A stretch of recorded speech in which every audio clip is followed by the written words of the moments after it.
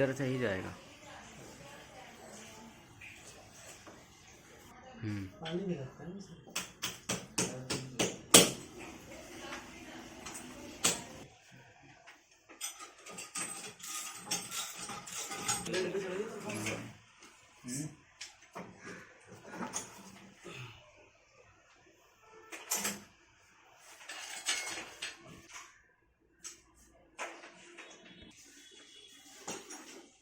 आराम से देख भाई।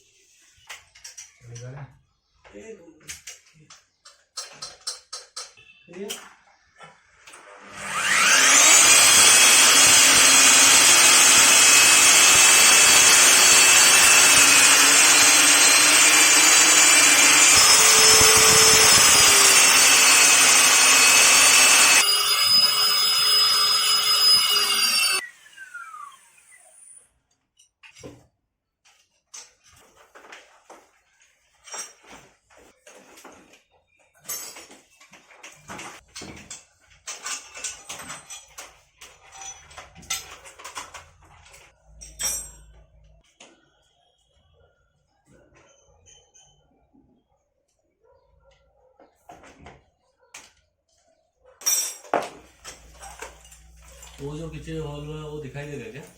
नहीं ना?